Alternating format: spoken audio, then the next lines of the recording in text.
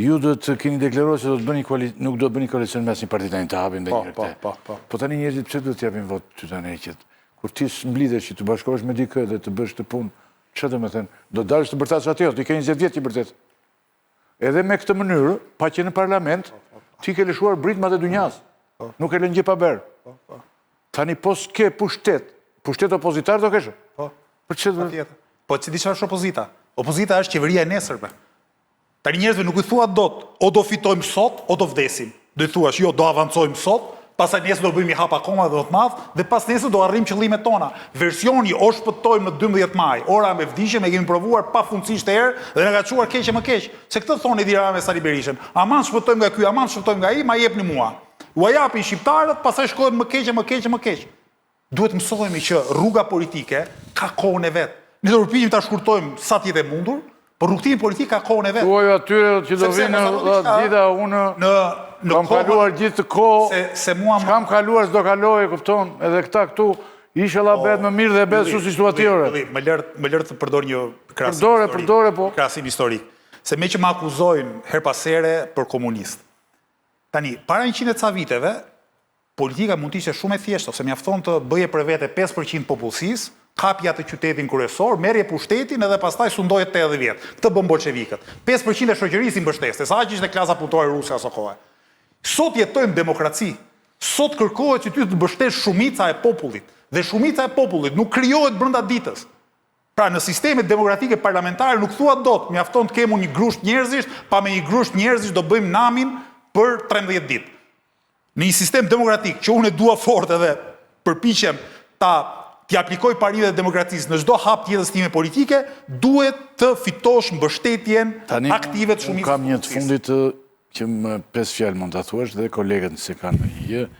Çfarë dallon Lëvizjen Bashkë se tani ju jeni gati të hani njëri tjetrin, këto partitë e reja. Çfarë dallon Lëvizjen Bashkë nga partitë 2-3 partitë e tjera të reja? Thuria, Shqipëria Bet edhe Mundësia. Çfarë dallon? Ndershmëria e pa cen, guximi politik për t'u kundërvënë jo vetëm gjithë klasës politike, por edhe oligarkisë ekonomike, serioziteti dhe moderniteti në organizimin e brendshëm të partisë dhe idet mbi të gjitha. Fakti që kemi program, fakti që programi ynë mund të jetë i diskutueshëm, mund mos pranohet nga të gjithë, por ama që investojmë shumë energji në ide të mëdha, në ide transformuese.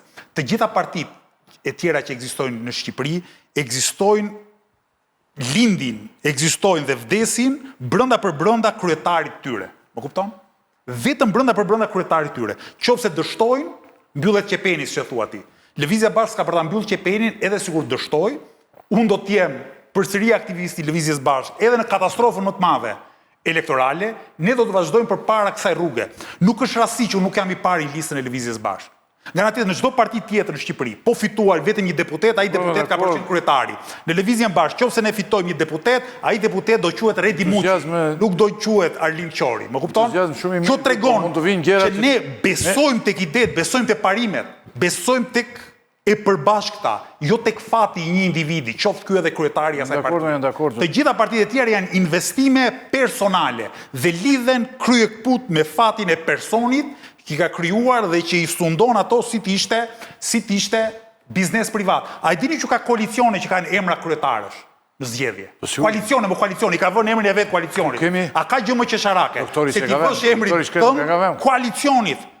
Koalicionit, më kush e ka vënë emrin? Më kupton? Këta që thonë jemi për, Lapa ja ka vënë koalicionit emrin e vet, më kupton? Këta thonë që jemi të barabartë me garmin. Lapa quhet kë? Po, kështu quhet, gjysma e emrit koalicionit është emri i kryetarit. Nisma Shqipëria bëhet është. Jo, edhe pastaj emrin në koalicion ke edhe emrin e Zotit Lapaj. Më kupton? Këta që thonë që do garojmë me listat hapura të barabartë me njëri tjetrin, këta në emrin e subjektit kanë vënë emrin e njërit prej kandidatëve.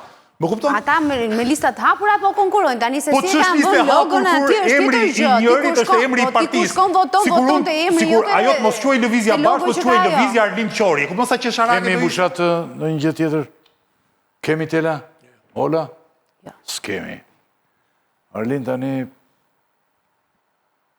kohët vështira po kanë ardhur me thënë drejtën. Edhe unë bashkohem me një pjesë mirë të gjerave, shumë mirë po nga që kam parë më shumë nga ju. këto kohë, për fat, është dhe fat ky kush kam parë më shumë, se s'djetë shko vinore, erdi kjo e Amerikës, tani mund të dëshoj dhe Evropa. Mirë ti që do të jesh gjithmonë luftëtari, the gjitha, po këta të majnë të mbyllin dhe në një stadium në njërë. Mund të vi një shkru, dhe të ti mbyllim një në stadium, si që mbylli aji. Pinoceti, gjitha dhe kohët, se kohët çuditshme, kohët dhe përsëritën edhe. Dhe gjitha, ne do jemi prapë bashkë. Kur të vi koha e mbylljes stadium, do vinë dhe kundër masat e daljes nga stadiumi. Ka dhe masa Historia prandaj është komplekse. Ka dhe masa që del nga stadiumi, thotë. Ose synë farë. Okej. Falenderoj shumë dhe ne do të jemi përsëri bashkë. Do të kemi qenë vazhdimisht në programin tonë, kanë ndihmuar. Ne jemi përpjekur të bëjmë kanë ndihmuar shumë programin dhe ne kemi ndihmojmë ty dhe besojmë vërtet, ëh, Unë të falenderoj shumë për që më dhe mundësin të artikuloj teza televizjes bashkë dhe nuk mund mos e them që në prezantimin e djeshëm të programit televizjes bashkë mungonin gjitha mediat. Nuk zgjuaj asnjë, jo vetëm asnjë televizion, pa asnjë, ku di unë. Unë serda do se s'isha në... Dakor, po them... Po sinqerisht... Sigurisht, nuk po them që po bëhet nami me censur kundër nesh, po them si shko sa pak interes ka për ide. Të mora në telefon. Po patjetër, pa diskutim, po e jap se sa pak interes ka për programin dhe për ide. Mirë bere që e the, është shumë e rëndësishme. është shumë e rëndësishme... Një parti parlamentare, që aspiron tjetë parti parlamentare. është shumë e rëndësishme dhe edhimshme. Pak, ore të vinë edhe të na shajnë, po të paktën jehoj kjo në shoqëri. Ju jeni partia që keni denoncuar vazhdimisht dhe me guxim oligarkët e Shqipërisë. Çfarë janë propozimet tuaja për shtrimin e ekonomisë nga kjo lloj oligarkie tani? Si mund të realizohet kjo pa dëmtuar ekonominë e vendit? Po ja, pa e nisim me gjë të thjeshtë. Ligjin e investitorëve strategjik ja abrogojmë. Ti nuk ke më si oligark privilegje nga shteti. Jo, prish ajo. E dyta, nuk përdor më koncesionet për të pasuruar oligarkët. E treta, do ngremi një agjenci të pavarur për politikat parandaluese ndaj korrupsionit, pra do luftojmë korrupsionin, më kupton? Sigurisht, nuk është detyra e shtetit të fusë në burg oligarkët. Detyra e shtetit është të vendosë ligje dhe t'i bëj qytetarët dhe aktorët ekonomik të barabartë përpara ligjeve të ekonomisë edhe ligjeve civile e kështu me radhë. Nuk do i fusim ne, nuk i fut qeveria, nuk i fut parlamenti në burg oligarkët, nuk bën parlamenti shpronësime, më kupton? Ata që kanë shkelur ligjin, ata do përgjigjen sipas kodit penal, që është në fuqi.